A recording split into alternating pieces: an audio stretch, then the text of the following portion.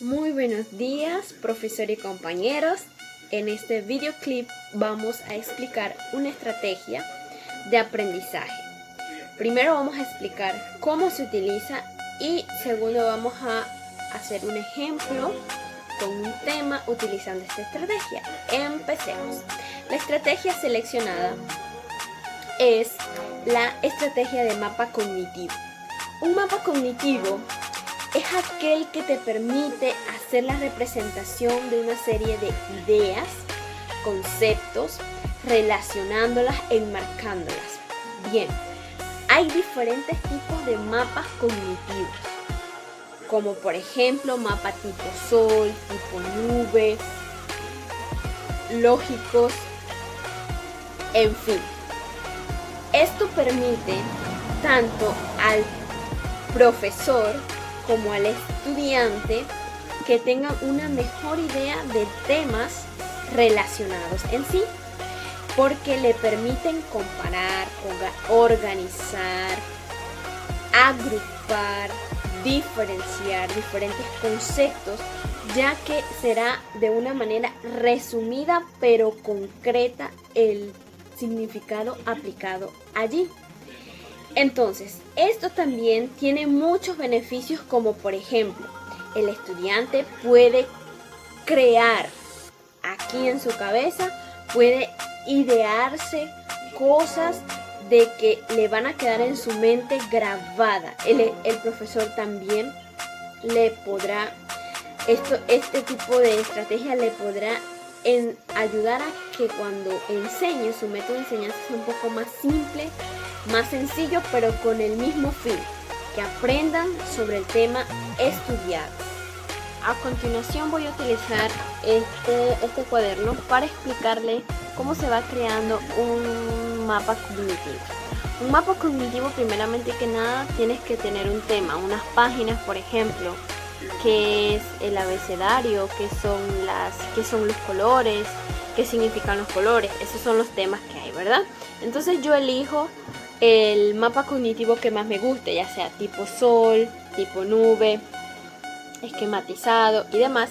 Entonces lo que yo hago es que yo voy a extraer conceptos del tema que ya tengo y voy a hacer, por ejemplo, hago un tipo sol aquí, voy a hacer un tipo sol, yo hago aquí un circulito, escribo aquí el tema de entonces le pongo datos importantes, qué significa, pongo acá el significado, cuántos tipos hay, pongo acá, cuáles son las ventajas, cuáles son las desventajas, qué autores hay, ejemplos, en fin.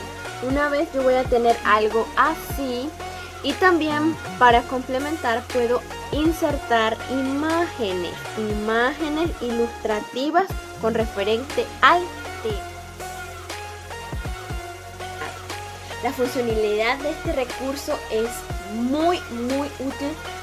Como ya les mencioné, esto te permite construir algo real, concreto y preciso. Hoy en día, mientras más largas y más páginas tenga un estudiante que leer, menos aprende, porque vivimos en una era donde el estudiantado no le gusta aprender, y creemos que el método de mapa cognitivo será una buena idea de poder resumir, de sacar temas y que él pueda sacar extractos de esas páginas que usted le brindó como docente y pueda crear un mapa, ya sea tipo sol, cognitivo y demás, y poder que ese mapa que creó le quede aquí en la mente, porque independientemente que sí va a tener que leer un poquito para poder extraer el tema central de esto, pues le servirá mejor, se divertirá porque puede hacer un esquema decorativo, le puede poner imágenes ilustrativas donde él se recordará que porque puso esto aquí, porque puso esto acá, puede comparar, en fin. A continuación, mi compañera Steve les explicará un tema con esta técnica o estrategia que elegimos de mapa cognitivo. Hola, ¿qué tal? Mi nombre es Caína Steele y voy a explicarles brevemente la técnica de aprendizaje en un mapa cognitivo que se basa en un esquema. Espero que sea de su total El tema a tratar comprensión. es la enseñanza y el aprendizaje, que se basan en los principios de aprendizaje y modelos de enseñanza. Los principios de aprendizaje consisten en la interacción entre lo que se sabe y desea aprender. La interacción y construcción social del conocimiento. Situar el aprendizaje en el contexto y un aprendizaje metacognitivo. Los modelos de enseñanza. La demostración. Fase donde el profesor sirve de modelo de lo que se piensa y mientras lee muestra procedimientos demostrando diferentes estrategias. Actividad conjunta. El profesor y los alumnos comparten la actividad. El profesor asume los aspectos más difíciles y los estudiantes los más fáciles. Actividad apoyada. El alumno emprende la actividad solo bajo la mirada atenta del profesor. Actividad individual. El alumno asume la responsabilidad total de la actividad. Y dentro de los conocimientos fundamentales en el proceso de aprender a aprender se sitúan los siguientes. Concepto de aprendizaje. Es un proceso en donde adquirimos conocimientos, competencias y habilidades producto del estudio o de la práctica de un tema. El mismo se considera un proceso de modificación de pautas de la conducta, porque se adquieren, retienen y utilizan conocimientos, habilidades, actitudes, hábitos e ideales para producir cambios simples y complejos en las respuestas o comportamientos que se aprenden. Factores que intervienen en la práctica pedagógica. Hoy en día existe una serie de factores que intervienen en la práctica pedagógica cotidiana, que se deben tener en cuenta para garantizar la eficacia de la enseñanza impartida. Entre ellos están: cómo llevar a la práctica cotidiana las teorías de la enseñanza. Lograr la atención en clases.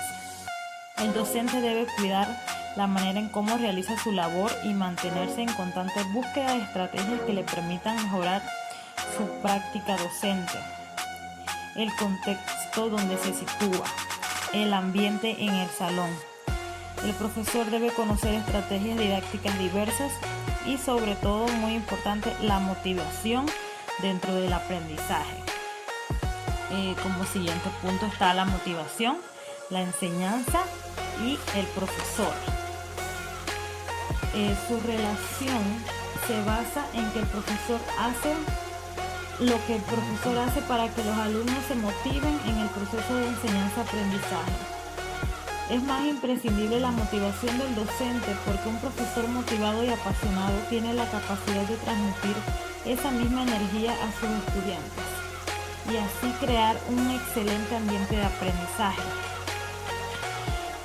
La motivación interviene en la enseñanza porque hace referencia a factores que incitan al alumnado a escuchar las explicaciones del profesor, tener interés en preguntar y aclarar dudas, participar de forma activa en la clase, realizar actividades propuestas, estudiar con técnicas adecuadas, investigar y aprender de manera constructiva y significativa.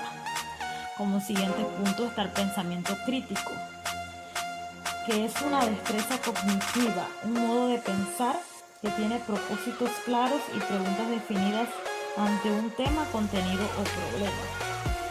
El pensamiento crítico enseña a sus estudiantes en forma progresiva, interesante, procurando despertar la motivación y el interés, permitiéndole aprender, comprender, practicar y aplicar la nueva información.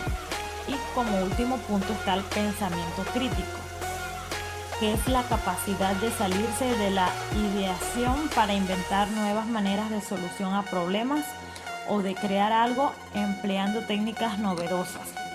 Las personas con este tipo de pensamiento no se limitan, son exploradoras, pues poseen la habilidad de formar nuevas combinaciones de ideas para llenar una necesidad. Espero que haya sido de su total agrado esta breve explicación. Muchas gracias.